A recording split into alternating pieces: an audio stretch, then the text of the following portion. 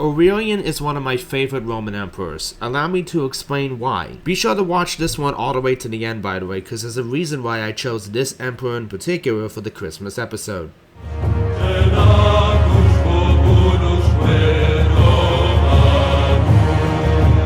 Apologies for the fan, it's extremely cold out, you're just gonna have to deal with it, because as you can see by me being bundled up, it really is cold. Aurelian is one of my favorite Roman emperors, in essence because he is a guy who got things done. And he inherited a very bad situation too. Now, to set the stage, I need to talk about the crisis of the 3rd century. The crisis of the 3rd century is where a lot of the major issues with the Roman Empire, the fact that it was too big, that there was no clear-cut line of succession for emperors, which I have a whole other video explaining why that was a thing. Attacks by the Germanic tribes and the Sassanids, and just many other things. These would basically come to a head during the 3rd century, or the 200s. The Gladiator films, despite my issues with them, are like the very, very beginning of that nonsense. And it would reach its fever pitch in the latter half. When Aurelian was declared emperor by his troops, this is what the Roman Empire looks like right now. And this actually makes it look better than it was, because at the same time as these large chunks of the empire had broken away, basically the Palmyrans in the east here, when they took Egypt, they took part of the breadbasket of the Roman Empire, which caused a lot of famine, and this also doesn't show the multitude of invasions that were going on the northern border here. So yeah, a very bad situation, and if history had gone differently, the Roman Empire would have definitely fallen from grace way sooner.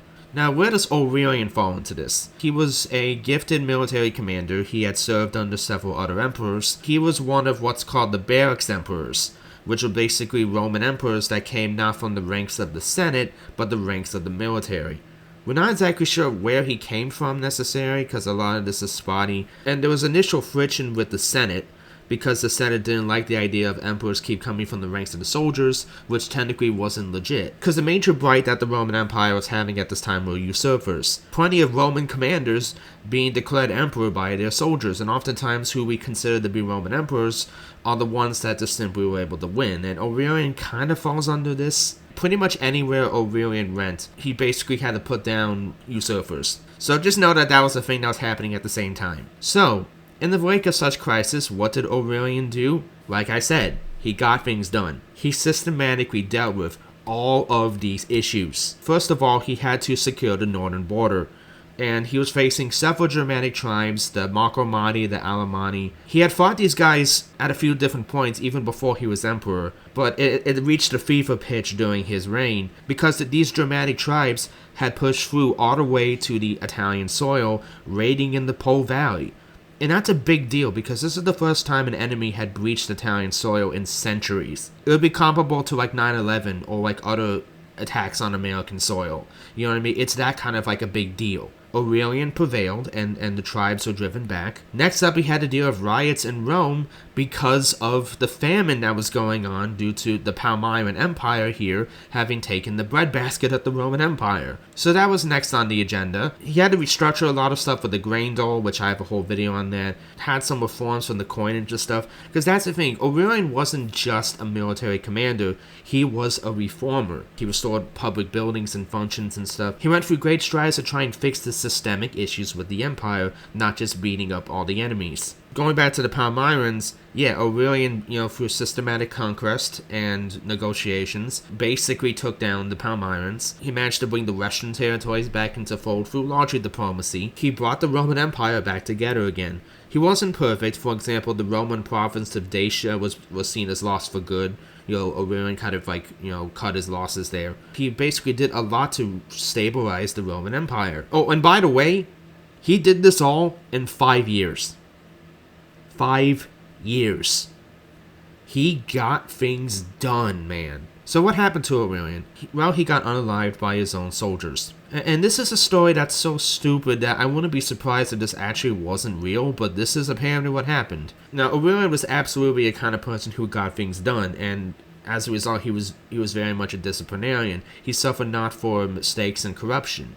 So I guess that might have something to do with what happened, but still. Basically, on his way to take on the Sassanids, there was a secretary named Eros, according to the historian Zosimus, who made a minor mistake and was afraid of retribution from Aurelian. So basically, he forged a document listing a bunch of officers and Praetorian commanders that were going to be murked by Aurelian. And so basically they decided to unalive him first. And that was that. If I could just rant a little bit about this guy Eros, you made a minor mistake, and your response was to unalive the guy. I don't understand. Again, I wouldn't be surprised if that actually wasn't what happened, but unfortunately, that's apparently what did. And sadly enough, with his death, there were still major issues that weren't properly addressed, you know, the line of succession being a major one. So, unfortunately, like, Rome wasn't out of the woods yet. What he did absolutely kind of did a lot of the heavy lifting. He basically walked so that Diocletian and Constantine could run. What's the takeaway of this for your own stories? Because, again, the purpose of this show is to provide potential points of inspiration for fantasy writers. So what's the takeaway with this? Well, Aurelian is an excellent case study if you want an example for your own stories of a commander who gets things done, of a personality who was strong enough and dynamic enough and decisive enough to pull an empire back from the brink. He is an excellent case study in that regard. And he's also just painfully underrated. Everyone talks about Constantine around this time and Diocletian, but Aurelian absolutely needs his due. My dude basically did a lot of the heavy lifting. You know what I mean? He's an interesting person, an interesting figure, and could be a great point of reference to look from. So the last thing I need to do is I need to explain why I chose Aurelian for the Christmas episode of this show. To those that know about Aurelian already, you probably noticed there's one big thing I didn't mention, and that was Aurelian's religious reforms. Again, he walked so that Constantine could run, because even at this point in time, there was a push toward monotheism in the Roman Empire, this idea of one faith, one empire, and Aurelian was one of these believers.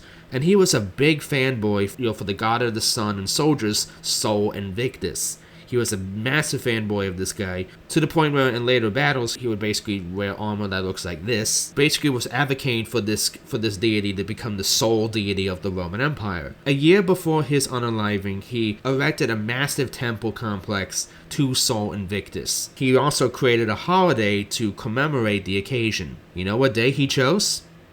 December 25th. December 25th was the Roman solstice, so it already had some significance.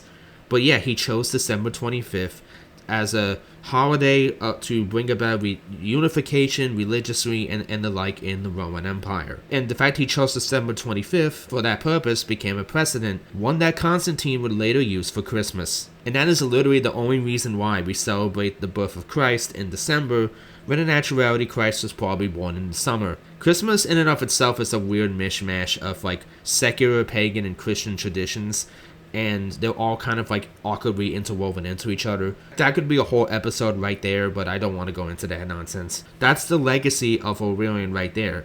Someone whose reforms are felt even today. So yeah, that is the gist with this. From the bottom of my heart, I'd like to wish you all a Merry Christmas and a Happy New Year. And if you don't celebrate Christmas, happy holidays all the same. I don't know what the fate of this series is going to be based on like what's going on with TikTok and stuff right now. The series isn't going to die, but there's probably going to be some major changes after this. But for now though, I will see you guys later.